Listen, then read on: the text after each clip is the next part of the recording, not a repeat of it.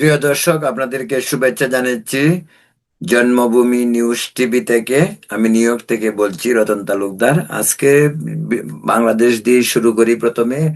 আসলে আমি তো আপনাদেরকে লেটেস্ট যে সমস্ত খবর থাকে সেই খবরের অংশ বিশেষ বিশেষ করে শিরোনামগুলি আহ, নিয়ে আলোচনা করি।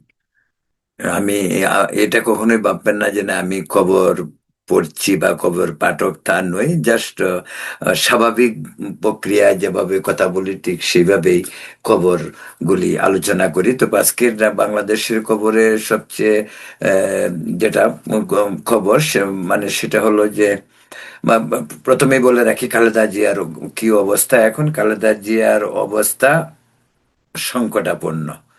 সেটা মানে তার যে ব্যক্তিগত ডাক্তার, তিনি এক প্রেস ব্রিফিং এ আজকেই কয়েক ঘন্টা আগে তিনি জানিয়েছেন যে তার অবস্থা অত্যন্ত সংকটজনক। এদিকে আপনার বা আমাদের প্রধান বিচারপতি হিসাবে শপথ নিলেন জুবায়ের রহমান চৌধুরী।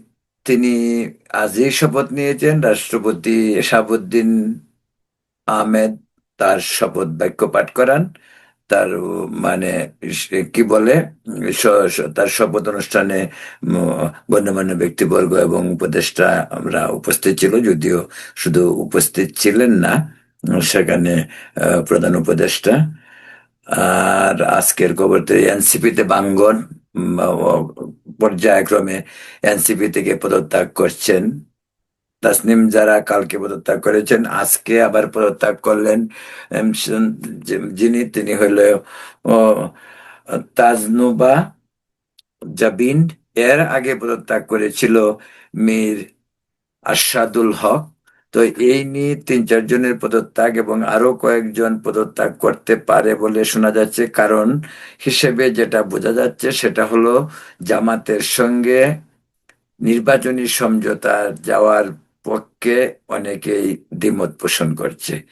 এমনকি এও জানা গেছে আরো 30 জন সদস্য এনসিপির, যারা নাহিদ ইসলামের কাছে, যিনি দলের চিফ, তার কাছে চি- একটি চিঠি দিয়েছেন, যাতে করে তারা উদ্বেগ প্রকাশ করেছেন এনসিপি যদি জামাতের সঙ্গে যায় তাহলে জুলাই বিপ্লবের যে আদর্শগত দিক সেটা অনেকাংশে ম্লান হইতে পারে বলে তাদের অনুমান। এবং তারা এটাও মনে করে যে মুক্তিযুদ্ধের যে অর্জন সে সমস্ত নিয়ে অনেক বিষয়ে জামাতের সঙ্গে তাদের দ্বিমত রয়েছে বলে জানা যায়।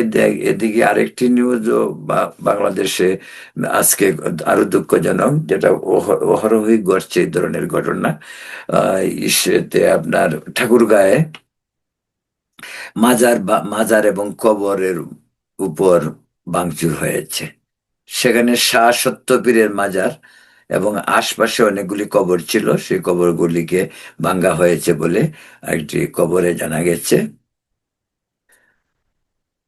এদিকে আরেকটি ডেভেলপমেন্ট খবর বলবো হাদির হত্যাকাণ্ড নিয়ে। সেটা হলো যে আজ পুলিশ সরকারিভাবেই ঘোষণা করলো যে হাদিকে হত্যাকারী যে- যারা, তারা ভারতে পালিয়ে গেছে। তাদেরকে যারা সহযোগিতা করেছে, ভারতীয় দুজনকে গ্রেপ্তার করেছে মেঘালয় রাজ্যে। সম্ভবত, যেটা অনুমান, আগেও এই খবরটি এসেছিল, সম্ভবত ময়মনসিংহের সীমান্ত দিয়ে তারা ভারতে ঢুকে এবং সেখান থেকে তারা ইসেতে মেঘালয় বা আসাম এই সমস্ত জায়গায় তাদেরকে নিয়ে যাওয়ার জন্য যারা সাহায্য করেছিল, দুজন ভারতীয়, তাদেরকে ভারতীয় পুলিশ তাদেরকে গ্রেপ্তার করেছে।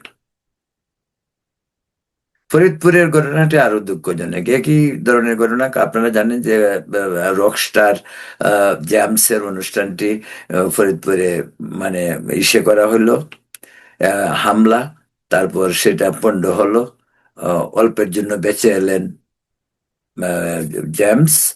এটি ছিল ফরিদপুরের যে ঘটনাটি অত্যন্ত দুঃখজনক। এ নিয়ে আজকে আরেকটি বিষয় আমি আমেরিকান নিউজ যেটাকে বলতে চাচ্ছি সেটা হলো যে শান্তি প্রতিক্রিয়া নিয়ে ট্রাম্পের সঙ্গে জেলেনস্কির জেলেনস্কির যে আলোচনা আগামীকাল হতে পারে যেটা ফ্লোরিডায়, কিন্তু আজই আবার সোভিয়েত মানে রাশা রাশা আমাকে সাবেক সোভিয়েত যে মানে ইসে ইউক্রেন, আহ, সেই সেই ইউক্রেনে আজকে আবার আঘাত করে এবং সেই আঘাতে আরো আহ, দুজন মারা যায়। এ নিয়ে আগামীকালকের যে মানে ট্রাম্প এবং জেলেনস্কির মাঝে যে মানে বৈঠকটি হওয়ার কথা, সেখানে হয়তো রাশিয়া নিয়ে অন্যরকম কোনো প্ল্যান প্রোগ্রাম আসতে পারে, যদিও প্ল্যানটি ছিল যুদ্ধবিরতি নিয়ে কথা বলার একটি সম্ভাবনা ছিল। কলকাতার আনন্দবাজার পত্রিকার একটি রিপোর্ট অত্যন্ত ইসে এসেছে খুব গুরুত্ব দিয়ে, যেটি হলো যে দীপু দাসকে হত্যা করার পর দীপু দাসের হত্যার দীপু দাসের হত্যার পর দীপু দাসের হত্যার পর আরেকটি ঘটনা ঘটেছে রাজবাড়িতে। সেই রাজবাড়ির ঘটনাটি নিয়ে ব্যাপকভাবে আলোচিত হচ্ছে এবং ট্রাম্প প্রশাসন মানে ইসে উম, ভারতের নয়াদিল্লিতে এই বিষয়টি নিয়ে অত্যন্ত জোরালো আলোচনা হয়েছে এবং সেটা ভারতীয় এক্সটার্নাল অ্যাফেয়ার্স মিনিস্ট্রি থেকে সেটি বলা হয়েছে প্রতিক্রিয়ায়। এবং তারা বলছে যে বাংলাদেশের ধর্মীয় সংখ্যালঘুদের উপর যে পরিমাণ অত্যাচার, নিপীড়ন এবং হত্যাকাণ্ড চলছে, তার জন্য ভারত বেশ উদ্বেগ প্রকাশ করে এবং ভারত ভারত পাশাপাশি এই সমস্ত বিষয়গুলিকে আরো কঠোর হস্তে দমন করার জন্য তিনি সরকারের প্রতি আহ্বান জানায়। আমেরিকায় আবারও ক্রিসমাসের দিন আবারও নাইজেরিয়াতে সামরিক অপারেশন শুরু করেছে। সেখানে সেখানে যে বিষয়টি আলোচিত হয়েছে সেটি হলো বিশেষ করে ক্রিসমাস ডেতেই কেন নাইজেরিয়াতে আক্রমণ করা হলো। সেখানে মুসলিম সম্প্রদায় যারা খ্রিস্টানদের উপর আক্রমণ করেছে তার প্রতিবাদ স্বরূপেই ওই ঘটনাটি ঘটানো হয় এবং এবং সেই বিষয়টি নিয়ে আলোচনা করা হয় ইসেতে। এবং পাশাপাশি সিরিয়াতেও ও, মানে আমেরিকান সোলজাররা সেখানেও ইসে কি বলে মিসাইল অ্যাটাক করেছে এবং সেখানেও বেশ কয়েকজন হতাহতের খবর পাওয়া গেছে সেখান থেকে।